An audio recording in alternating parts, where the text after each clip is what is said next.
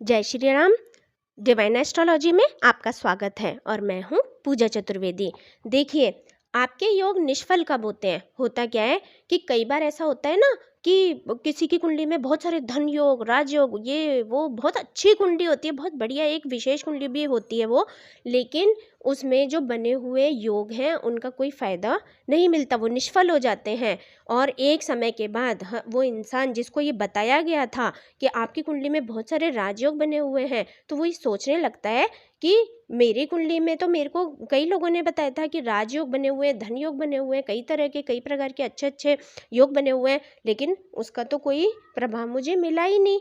क्यों नहीं मिला? क्यों निष्फल हुए? ऐसा होता क्यों है? क्योंकि इसका पहला कारण तो ये होता है कि आपकी कुंडली का जो केंद्र बिंदु होता है, मतलब आपका लग्न और आपका लग्नेश, उस लग्न और लग्नेश को की स्थिति अगर कमजोर है, अस्त है, पाप ग्रहों से ग्रसित है, 6, 8, 12 में है और किसी तरीके का उन पे कोई ग्रहण योग या इस तरीके का कुछ लगा हुआ है, कोई दिक्कत है इस तरह की, तो वो कमजोर हो जाता है, बीमार हो जाता है। इसीलिए तो वो उन ग्रहों का जो जिस राजयोग जो बने होते हैं उनका कोई लाभ नहीं उठा पाता।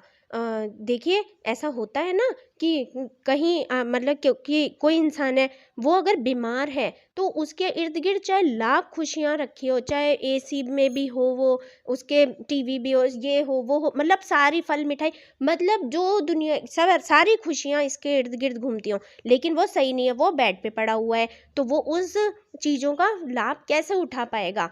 तो वो है तो सही, भगवान ने उसको दिया तो है, लेकिन उसकी वो खुद सही नहीं है, तो वो उसके लाभ उठा नहीं पाता, वो कमज़ोर हो जाता है। इसी तरीके से हमारी कुंडली में भी जो लगन या लग्नेश जो होता है उसकी स्थिति अगर खराब होती है तो वो उस राजयोगों का लाभ नहीं उठा पाता। इसी तरीके से एक और कारण हो सकता है कि जिस वक्त नहीं आता, कई बार क्या होता है कि सारी लाइफ निकल जाती है, पूरी लाइफ निकल जाती है, लेकिन जो राजयोग में जो ग्रह वो राजयोग बना रहे हैं, जो 2 ग्रह मिलकर वो राजयोग या धनलोक योग बना रहे हैं, उसकी दशा जब आती है तो उसी में ही उस वो फलित होती है। तो कई बार क्या होता है, वो दशा कोई कोई दशा 6 साल की होती है, कोई 20 की होती है, कोई 16 की होती है, कोई मतलब 19 की होती है शनि की दशा। इस तरीके से वो दशा पे दशा उन इतने सारे साल निकलते चले जाते हैं दूसरी दशाओं में, और जिस दशा में वो राजयोग है, वो वाली दशा का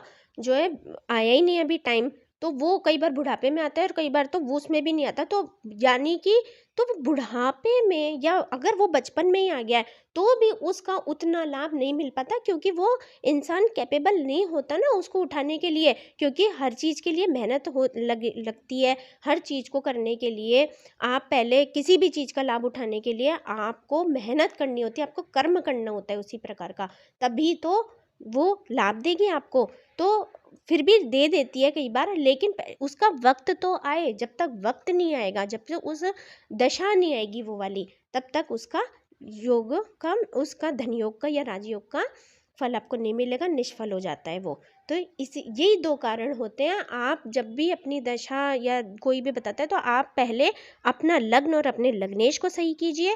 इसके अलावा आप अपनी दशा भी देखिए वो कब आ रही है, और वो कैसे आप उस योग का, उस राजयोग का लाभ उठा सकते हैं, वो निष्फल ना हो, तो उसको आप उपाय ज़रूर कीजिए। जय श्री राम। आज के लिए इतना ही, अगले वीडियो में फिर बात करते हैं।